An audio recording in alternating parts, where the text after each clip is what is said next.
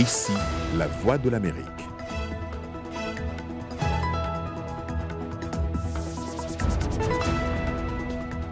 Bonsoir à tous, ravi de vous retrouver pour cette nouvelle édition de votre journal. Dans l'actualité ce soir, ce mercredi est jour d'élection au Burundi, des élections tendues et organisées malgré la pandémie de Covid-19 et qui doivent donner au pays un nouveau président. Au Cameroun, ce 20 mai est fête de l'unité, une unité mise à mal par une montée fulgurante du tribalisme et des discours belliqueux dans l'espace public et sur les réseaux sociaux. Et pour l'occasion, Paul Biya, que les réseaux sociaux annonçaient mort, s'est adressé hier à la nation.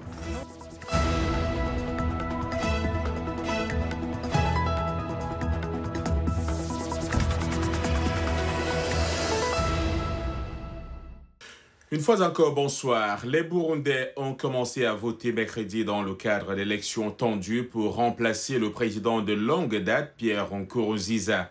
Des élections qui se déroulent malgré une épidémie de coronavirus qui a été largement ignorée dans cette nation est-africaine.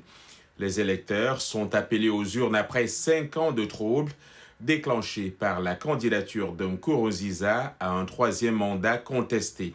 Arzuma Compaoré pour les détails.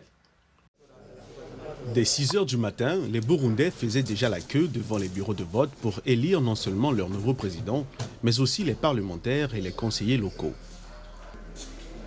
Ce scrutin présidentiel marque la fin de l'ère Pierre Nkurunziza à la tête du pays depuis 2005 et qu'il ne se représente pas.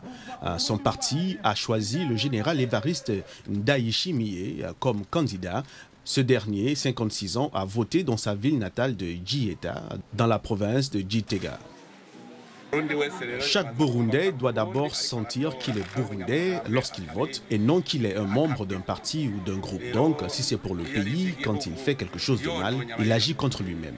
Ndayishimiye est un vétéran du parti qui, comme Nkurunziza, a combattu pour la rébellion ethnique Hutu pendant la guerre civile du pays de 1993 à 2006 avec l'armée minoritaire dominée par les Tutsis.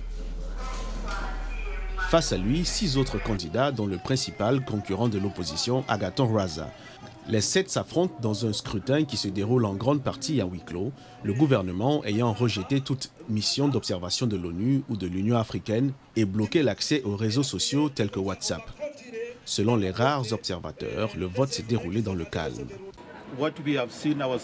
De ce que nous avons vu de nos propres yeux depuis le début de la campagne, nous avons assisté à une période de campagne pacifique et aujourd'hui, nous avons assisté à un vote très pacifique. Rwasa, 56 ans, était un chef du plus ancien mouvement rebelle ethnique Hutu, le Palipe Hutu FNL, l'un des 2 plus grands groupes d'opposition armée durant la guerre. Lors de sa dernière journée de campagne le week-end dernier, il avait exprimé sa volonté de garantir une opportunité de travail pour tous.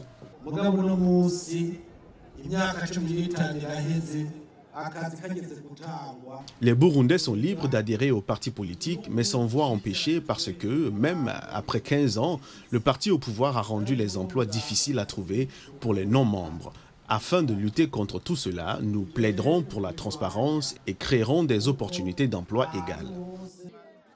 Le vote a pris fin à 14h GMT dans cette nation de 11 millions d'habitants, avec des résultats attendus lundi ou mardi prochain. Le président sortant, qui a gouverné pendant 15 ans, a été nommé en février guide suprême pour le patriotisme et il devrait conserver un rôle influent si son parti reste au pouvoir. L'ancien ministre des Finances du Lesotho, Moteki Majoro, a officiellement pris mercredi ses fonctions de Premier ministre. Ce changement intervient au lendemain de la démission de Thomas Thabane après plusieurs mois de crise politique.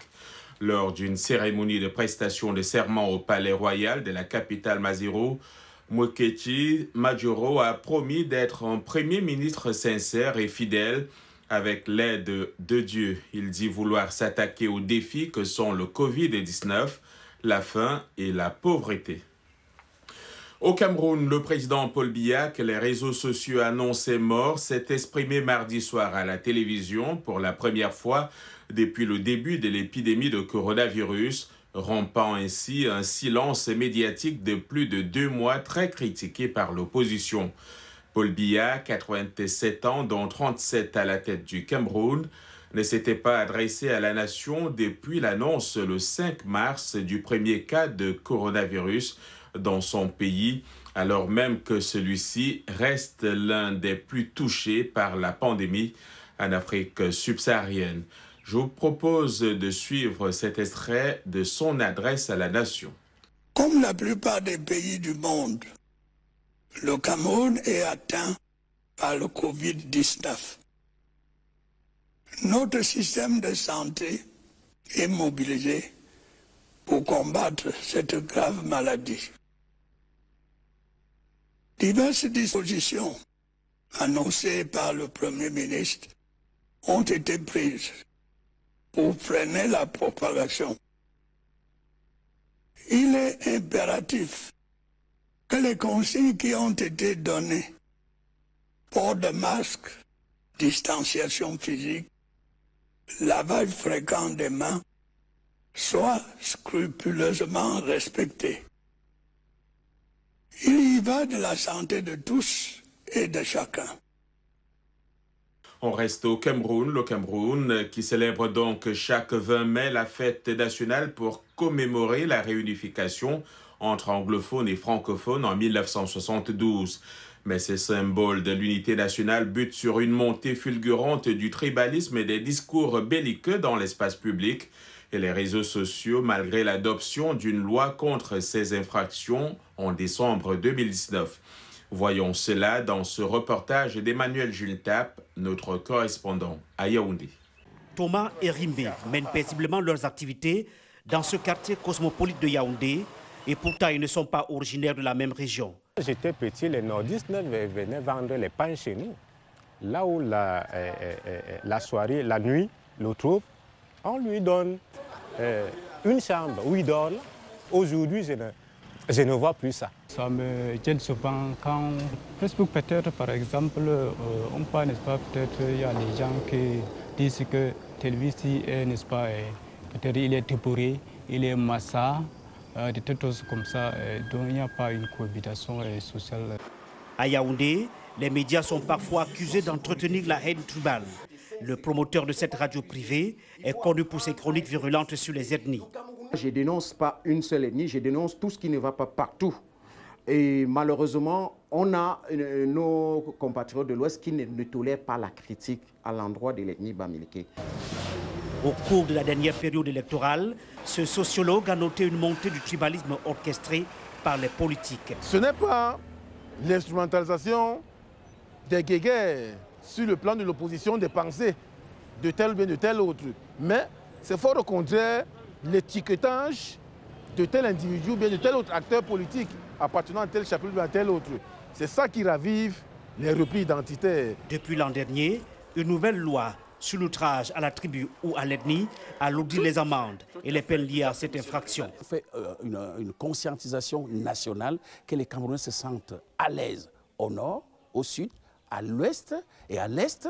Alors, à ce moment, s'il y a des dérapages, après, on peut donc réprimer. Les propos tribalistes au Cameroun sont passibles jusqu'à 2 ans d'emprisonnement et d'une amende comprise entre 300 à 5 000 $ américains. Emmanuel Jultap pour VOA Afrique, Yaoundé. À propos du Covid-19 en Afrique subsaharienne, la bataille contre cette pandémie signifie également lutter contre la stigmatisation liée à la maladie. C'est ce qui a poussé Kane Anisse, un homme politique camerounais, à décider de parler de son expérience de malade de Covid-19. Et Kane Anisse a contracté le nouveau coronavirus il y a environ 1 mois et s'est depuis rétabli. Maintenant, il utilise les médias sociaux pour essayer de dédramatiser la pandémie et est à la tête d'une association d'anciennes victimes de Covid-19. En fait, ce qui affole les gens, c'est les images de l'Occident, où on aligne des cadavres, les chiffres, 8000 morts, etc. C'est la télévision qui a créé cette psychose chez les Africains. Autre lieu, autre situation, en Afrique du Sud, c'est celle des milliers de personnes démunies et durement touchées par le confinement qui sont obligés de faire la queue au petit matin dans le quartier informel d'Iterling à Pretoria, la capitale sud-africaine, pour recevoir de la nourriture, des masques, du savon et des produits désinfectants. La décision du Sénégal de rouvrir les mosquées alors que le pays est toujours aux prises avec la pandémie de coronavirus a divisé la communauté religieuse. Certains musulmans ont salué la possibilité de prier à la mosquée au cours de la dernière semaine du mois de Ramadan, mais d'autres craignent qu'il soit trop tôt. Le pays compte environ 2500 infections et au moins 25 décès. C'est un reportage d'Estelle Njanjo à Dakar, relaté par Nathalie Barge. La réouverture des mosquées pour la dernière semaine du Ramadan a été bien accueillie par des milliers de fidèles à la mosquée Massalikul Jinan lors de la prière du vendredi.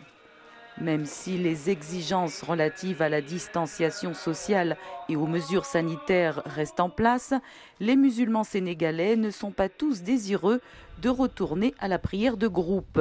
Beaucoup de personnes qui ont peur de cette maladie, qui ont peur de venir attraper ou bien je ne sais pas quoi, mais ils ont peur. Parce qu'à cette heure-là, la mosquée était pleine. Mais maintenant, on vient petit à petit. Bon. De nombreux musulmans comme Philibaye, un programmeur de 26 ans, préfèrent continuer à prier chez eux pour réduire les risques de contracter ou propager la maladie Covid-19. Pour lui, la prière de groupe se fera en ligne jusqu'à ce que le coronavirus soit sous contrôle. C'est un moyen effectivement qui permet de faire son ramadan en sécurité, de manière sûre.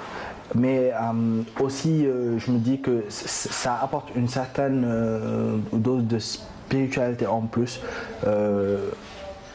à ce ramadan-là. Plusieurs imams ont choisi de ne pas rouvrir les mosquées par souci de contrôle des foules. Nous, on a préféré être prudents pour que d'ici le ramadan, on va voir comment ça évolue, qu'est-ce que les autorités sanitaires nous disent. Et en ce moment, on pourra, pourquoi pas, on pourrait même reporter encore la reprise si les cas deviennent trop critiques. Mais par contre, si on nous dit qu'il y a une baisse, qu'il y a la dynamique n'est pas à la hausse, on pourrait... Les églises catholiques du Sénégal ont également choisi de fermer leurs portes. Mais la fermeture des lieux de culte n'empêche pas les croyants de prier ardemment pour la fin de la pandémie de coronavirus qui a bouleversé la vie sociale des Sénégalais comme celle du reste de la population mondiale. La pandémie de coronavirus est en recul dans les endroits où les populations savourent leur liberté partiellement retrouvée. Situation différente et en forte progression en Amérique latine. Le Brésil ayant dépassé pour la première fois le millier de morts en 24 heures. Il a enregistré mardi un bilan quotidien de 1179 décès, contredisant l'optimisme du président Jair Bolsonaro, qui ne cesse de minimiser la dangerosité du virus. La Chine s'apprête, elle, à proclamer vendredi sa victoire sur le virus à l'occasion de la réunion de l'Assemblée nationale populaire. Ici aux États-Unis, le président Donald Trump a estimé mercredi dans un tweet que l'incompétence de la Chine dans la gestion du coronavirus a provoqué une tuerie de masse mondiale. Vous regardez Le Monde aujourd'hui en direct de Washington et c'est sur VOA Afrique.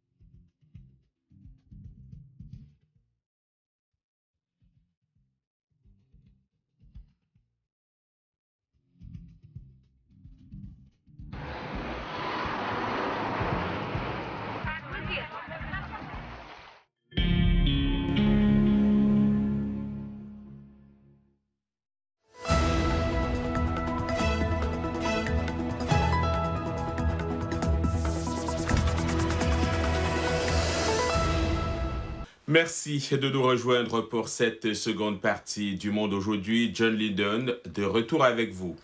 Dans le cadre de notre série quotidienne À quand la reprise, nous revenons ce mercredi avec un nouveau témoignage portant sur la réouverture après plusieurs semaines de confinement pour certains pays, de restrictions pour d'autres.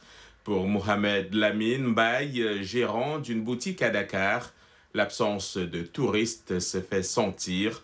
Beaucoup de citoyens qui dépendent de ces secteurs ont du mal à voir le bout du tunnel. Des images signées Alison Lekogo Fernandez.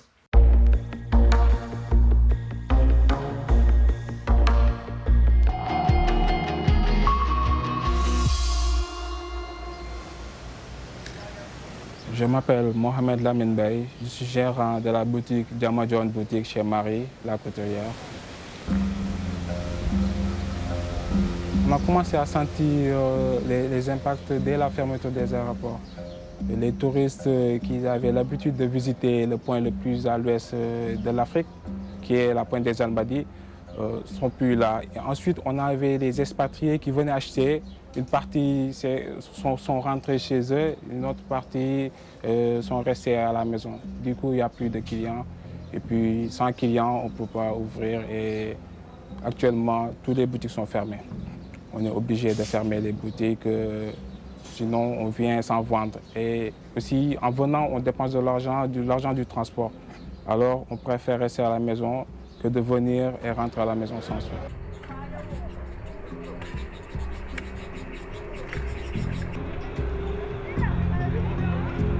Le premier mois, je suis resté à la maison parce que j'étais un peu dévasté, j'étais un peu pris. J'étais à la maison et puis dès le commencement du deuxième mois, je me suis dit qu'à la maison, ce n'est pas une solution de rester à la maison. Donc j'ai commencé à venir petit à petit. J'ai essayé de contacter mes clients habituels, mes clients fidèles, de leur dire que je suis à la boutique de telle heure à telle heure et aussi de leur dire qu'on a mis en place des possibilités de livraison sur tous les articles qu'ils souhaitaient avoir. En regardant la situation des autres pays, j'ai vu que certains magasins, certaines boutiques ont commencé à ouvrir ou bien font des livraisons à domicile. Je me suis inspiré et j'ai commencé à travailler ainsi. Je travaille à la maison, j'appelle, je reçois des appels et je fais des livraisons.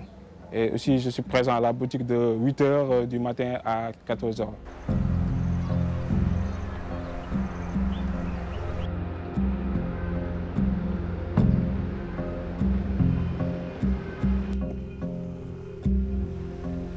La reprise pour nous, le secteur artisanat, moi je pense que pour nous, la reprise, ça va durer. Ça va durer parce que nous, on dépend des touristes, nous, on dépend des étrangers. Alors actuellement, il y a les étrangers qui sont rentrés à la maison, il y a les touristes qui ne circulent pas. Mais après la crise, je pense qu'il y aura un peu de temps avant que la situation ne devienne comme avant. Donc, durant tout ce temps-là, la situation sera pire qu'aujourd'hui, qu'après la crise. On n'a pas encore reçu les aides du gouvernement, mais on espère les recevoir. On espère les recevoir, on les attend impatiemment. Et aussi, on attend aussi une éventuelle manifestation de notre ministre de l'Artisanat, Dame Diop.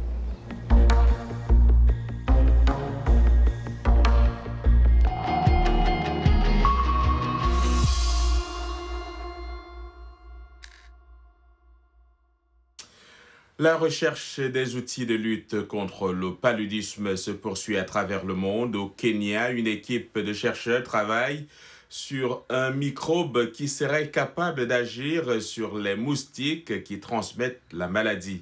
Je vous propose d'en savoir plus dans ce reportage relaté par Mohamedou Oumfa. L'un des espoirs pour mettre un terme au paludisme se trouve peut-être au Kenya, dans ce laboratoire de Nairobi, où le docteur Jérémy Heren et son équipe sont sur la piste d'un microbe, le Microsporidia, Un microbe qui serait capable d'empêcher les moustiques d'être infectés par le plasmodium, le parasite responsable du paludisme. Nous avons découvert que le microbe se transmet des moustiques femelles à leur progéniture. Donc, une fois que la population actuelle de moustiques sera infectée, la prochaine génération le sera également. En effet, selon l'équipe du Dr Heren, le Microsporidia vit naturellement dans l'intestin et les organes génitaux de certains moustiques testés. Le microbe a renforcé le système immunitaire des insectes et impacté leur métabolisme, les rendant inhospitaliers aux parasites responsables du paludisme. L'idée des chercheurs est de libérer les moustiques infectés par le microbe dans la nature, notamment sur plusieurs sites de reproduction détectés au Kenya, en espérant qu'ils se propagent ensuite à travers la population des moustiques. Le docteur Heren pense que cette solution serait plus efficace parmi la panoplie d'outils de lutte qui existent contre le paludisme. Tout au long de l'histoire, les chercheurs ont développé des outils pour contrôler et diminuer les cas de paludisme. Mais nous n'avons rien de nouveau ou de révolutionnaire. C'est la clé car beaucoup des outils dont nous disposons deviennent moins efficaces à mesure que les moustiques deviennent plus résistants à de nombreux produits chimiques que nous utilisons. Le paludisme reste une maladie mortelle. Selon l'OMS, environ 400 000 personnes en meurent chaque année, dont 94% en Afrique. Et nous retrouvons tout de suite Yacouba Ouedraogo qui est là pour nous parler des sports au menu ce mercredi. Yacouba, basket, cyclisme, mais aussi du football pour commencer. Bonsoir à tous, ravi de vous retrouver. Accord trouvé entre la Fédération nigériane de football et le technicien Gernot Rohr. Le germano-français va signer la semaine prochaine une prolongation de son contrat de sélectionneur avec les Super Eagles. Ce nouveau contrat sera d'une durée de 2 ans avec comme objectif pour Rohr de qualifier les Super Eagles pour la Coupe d'Afrique des Nations 2021 et le Mondial 2022. Le contrat actuel du sélectionneur expire le mois prochain. Rohr, âgé de 66 ans, entraîne depuis 2016 l'équipe nationale du Nigeria qui l'a menée jusqu'aux phases finales du Mondial 2018 et de la CAN 2019 en Égypte. À cette dernière CAN, le Nigeria a terminé à la 3e place. Toujours sur le continent, la CAF a décidé d'anticiper le paiement des primes prévues pour les clubs participant à ces compétitions interclubs pour la saison 2019-2020. Cette décision devra permettre de réduire la charge financière des 32 clubs ayant atteint des phases de groupe de la Ligue des Champions et de la Coupe de la Confédération. Les clubs recevront leur paiement sur la base des montants établis pour chaque compétition, de la phase initiale au quart de finale, avant la suspension des 2 compétitions pour une période indéfinie. Le minimum garanti pour les clubs participant à la Ligue des Champions est de $550 000 et $275 000 pour la Coupe de la Confédération. Petite reine à présent, l'ancien cycliste américain Lance Armstrong a révélé qu'il avait commencé le dopage à partir de 21 ans lors de sa première saison en tant que professionnel. Il a fait cette affirmation dans une bande-annonce d'un documentaire intitulé « Lance » qui sera diffusé par la chaîne américaine ESPN les 24 et 31 mai. Armstrong a dominé le cyclisme professionnel dans les années 2000 et a remporté le Tour de France 7 années de suite, de 1999 à 2005. Il a ensuite été déchu de ses titres et banni à vie de ce sport en 2012, après que l'agence américaine antidopage a déterminé qu'il était la figure clé d'un programme de dopage sophistiqué au sein de l'équipe des services postaux américains. Et pour finir, il n'y a toujours pas de date de reprise ou de poursuite des championnats du MLS, baseball ou encore du basketball. Mais la balle au panier fait parler d'elle d'une autre manière. Les souvenirs de la légende du basketball Kobe Bryant seront mis aux enchères cette semaine, y compris une copie de ses empreintes digitales sur le célèbre Hollywood Boulevard de Los Angeles. Suivez. Les souvenirs de la légende du basketball Kobe Bryant seront mis aux enchères cette semaine à Beverly Hills, en Californie. Bryant a été le premier athlète à laisser ses empreintes sur Hollywood Boulevard, aux côtés de centaines des plus grandes stars de l'industrie du cinéma. Désormais, une copie de ces empreintes sera mise en vente chez Julian Auction ce jeudi 21 mai. Le directeur Martin Dolan estime que les maillots dédicacés des Los Angeles de Bryant et les baskets portés dans les principaux matchs de la NBA seront aussi à gagner. Kobe a passé toute sa carrière avec les Lakers de Los Angeles 20 saisons. Il a commencé avec le maillot numéro 8, puis a utilisé le numéro 24 et ses articles sont très recherchés. Donc l'uniforme de la finale de la NBA 99-2000 que Kobe portait est aussi signé. Vous pouvez également voir le brassard noir à la mémoire de Wilt Chamberlain qui est estimé à 10 000, 20 000 $, ce qui est aussi une estimation d'enchères conservatrice. Bryant est décédé dans un tragique accident d'hélicoptère le 26 janvier avec sa fille de 13 ans Diana et 7 autres personnes. La demande des vêtements estampillés Bryant a bondi peu de temps après sa mort. D'après Nolan, la crise mondiale de la santé et l'incertitude qu'elle a provoquée ont conduit les gens à reconsidérer les achats qu'ils n'avaient peut-être pas faits auparavant. Avant, les gens rejetaient l'idée de dépenser une somme importante pour quelque chose comme un objet de collection. Mais maintenant, ils pensent que nous avons une vie à vivre et pourquoi ne pas posséder quelque chose de quelqu'un d'aussi légendaire que Kobe Bryant? La maison d'enchères indique que les articles ont été offerts par un collectionneur du Kentucky et que la vente, qui fait partie de la vente aux enchères annuelles Sport Legends, était déjà en préparation avant la mort de Kobe Bryant. C'est tout pour cette rubrique sportive. Merci de l'avoir suivi. On se retrouve mercredi prochain. Au revoir. Et après le sport, un peu de musique ne ferait de mal à personne en ces temps de confinement. Et pour cela, allons en Afrique du Sud où le DJ Black Coffee fait tourner la platine pour soulager les esprits pendant cette crise de Covid-19.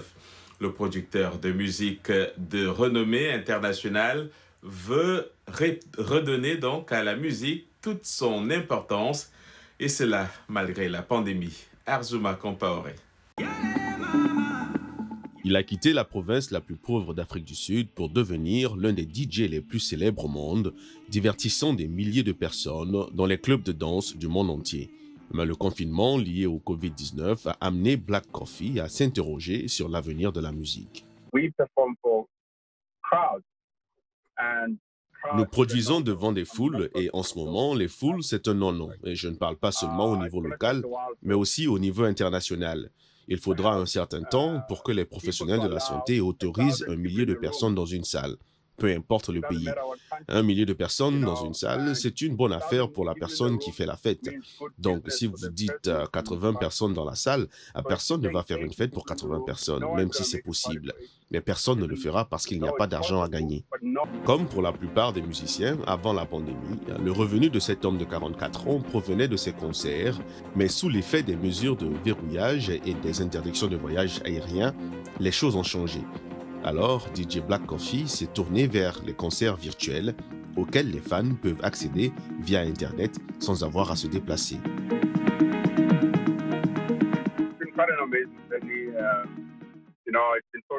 C'est un voyage incroyable, c'est tellement agréable de jouer de la musique confortablement, vous savez, en sachant que les gens se branchent tous les week-ends.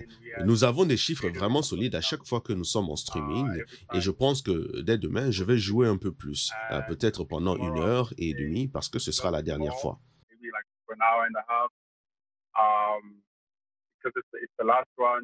De son vrai nom, Kosinati Mapumulo, DJ Black Coffee a remporté le prix annuel de DJ de l'année à Ibiza en 2015, sorti 5 albums et des dizaines de morceaux, et remporté également le Guinness World Record pour la plus longue composition de DJ jamais réalisée, en faisant tourner des disques pendant 60 heures non-stop.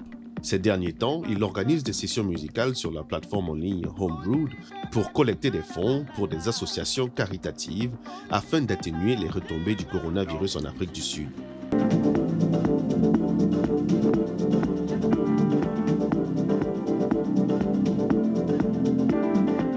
Et c'est avec ces sonorités musicales qu'on se quitte. C'est la fin de ce journal. Merci pour votre fidélité à VOA Afrique. Portez-vous bien. Protégez-vous et surtout, passez une excellente soirée.